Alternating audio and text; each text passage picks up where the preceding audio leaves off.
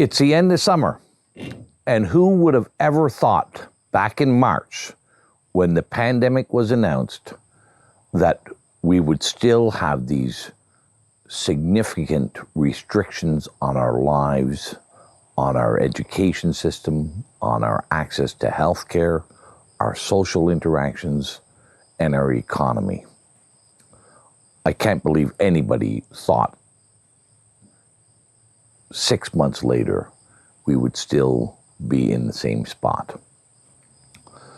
Many people have been asking me, what can we do to alter this? What can we, together, how can we influence government to end these irrational restrictions on our lives, our businesses, our families, our education? And there's some simple things we can do that are effective, that will bear fruit.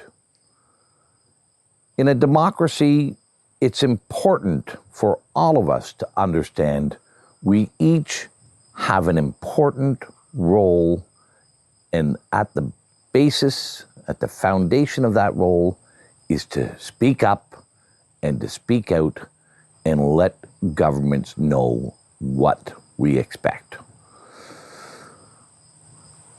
For the last 6 months, governments have been driven with their policies because of the fear of COVID, the fear that public opinion will backlash against government. They've been attempting to appease this fear by bringing in ever more restrictions and not ending the restrictions that were there in the first place. It's time for us to take action. It's time for us to let government know there is another view, that not everybody is fearful. Not everybody believes that these policies are reasonable or proportionate.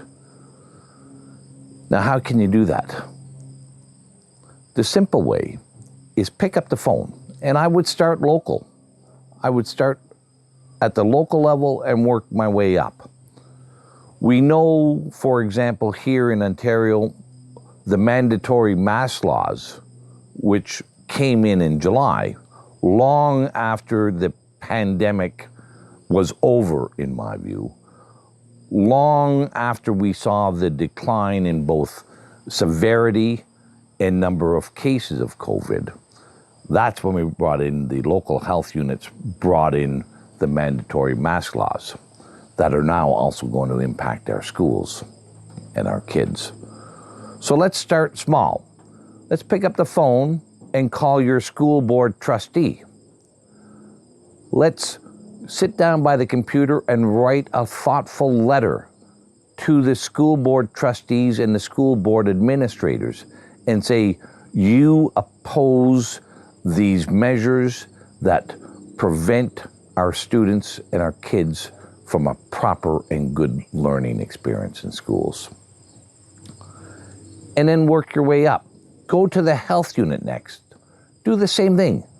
Pick up the phone. Call the chief medical officer of health. Tell them what you think.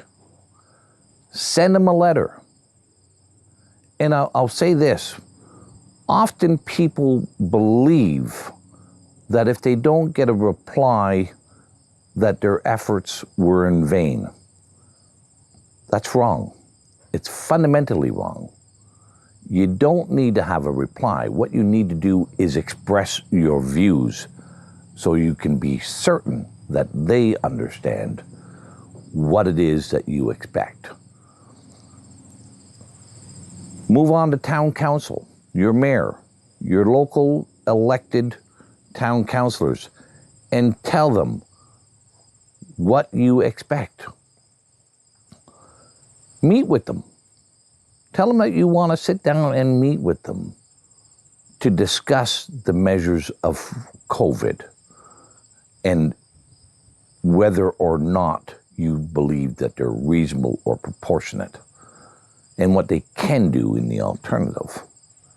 And then just keep moving up. Do the same thing. Pick up the phone, write a letter to your local, provincial, or state legislator. Do it with the ministers of health, the ministers that, if your business is being harmed by these restrictions, do the same thing with the economic ministries. Do the same thing with the education ministries. Do the same thing with the health minister.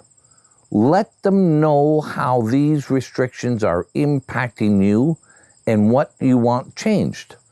And finally, with the Premier, let him know as well, or her know, wherever you are. And you just keep moving up that chain. Next is the federal members of Parliament, the federal ministers. Let them know what you expect from government, that you want a return of our economy, that you want access to health care, that you want your kids educated in a good environment. That is using public opinion, that is using your opinion as the public opinion, which it is. It shouldn't only be people who are terrified of COVID who are influential in government policies. It should be all of us. That gives governments the cause and the reason to take a more balanced approach with COVID. But first, they have to understand that there are people who have that view. They're not hearing it from the media. The media is only giving one side to this COVID story. It's time we take charge of our own role in democracy. It's time for us to speak up and to speak out and tell governments what we expect. If you agree with me that government policies and restrictions regarding COVID are unreasonable and disproportionate, let's get the message out. Share this video, like it, tag some friends, and together, let's tell government that we want a return to freedom and democracy.